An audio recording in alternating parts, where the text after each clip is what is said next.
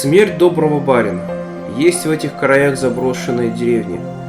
Там уже и дорог не осталось. Деревянные дома врастают в землю, те, что из камыша и глины разваливаются, а единственный каменный дом на окраине деревни как стоял, так и стоит. Дом этот старинный, из красного кирпича.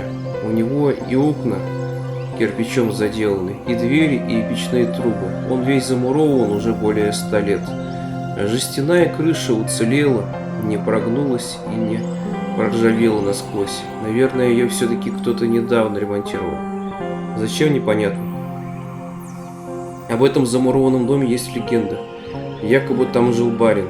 Был он добрый человек, никогда никого не обижал, свысока ни на кого не смотрел.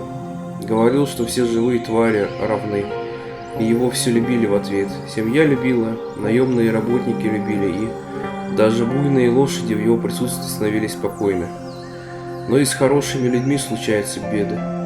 Однажды барин тяжело заболел в середине лета и лежал в горячке неделю. К нему ходил доктор и никак не мог понять, что случилось. Больного мучил бред. Он говорил, что в углу напротив кровати видит страшного человека. Барина убеждали, что там нет никого, но он не верил, описывал его подробно. Человек был такой высокий, что упирался головой в потолок и стоял слегка сутулившись. Одет был в длинную белоснежную рубаху, волосы редкие, лицо бледное, щеки впалые, глаза глубоко посажены. Когда на него падала тень, барину казалось, что это не лицо, а голый череп. Особенно страшно человек выглядел после захода солнца, когда на худощавом лице плясали тени от пламени свечи.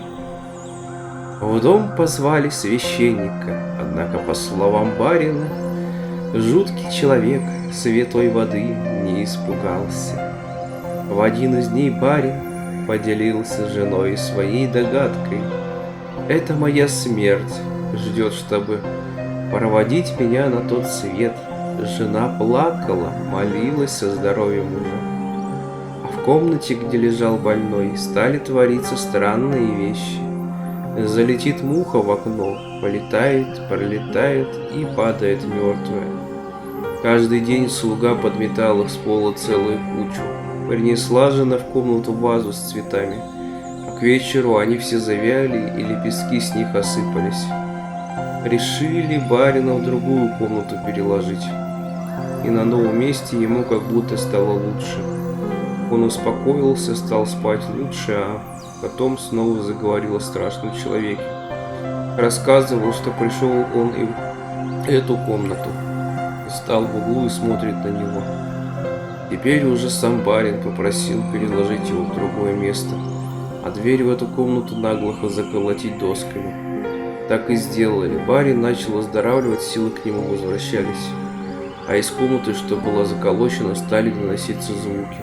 Слышал их не только больной. Слуга рассказывал, что вечером шел по коридору, услышал тихий стук из комнаты.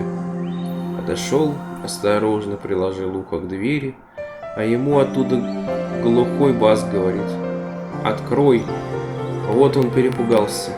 Когда барин совсем выздоровел, сказал, что оставаться в этом доме нельзя, а еще велел заложить кирпичами окна, двери и печи, чтобы смерть не нашла из дома выход.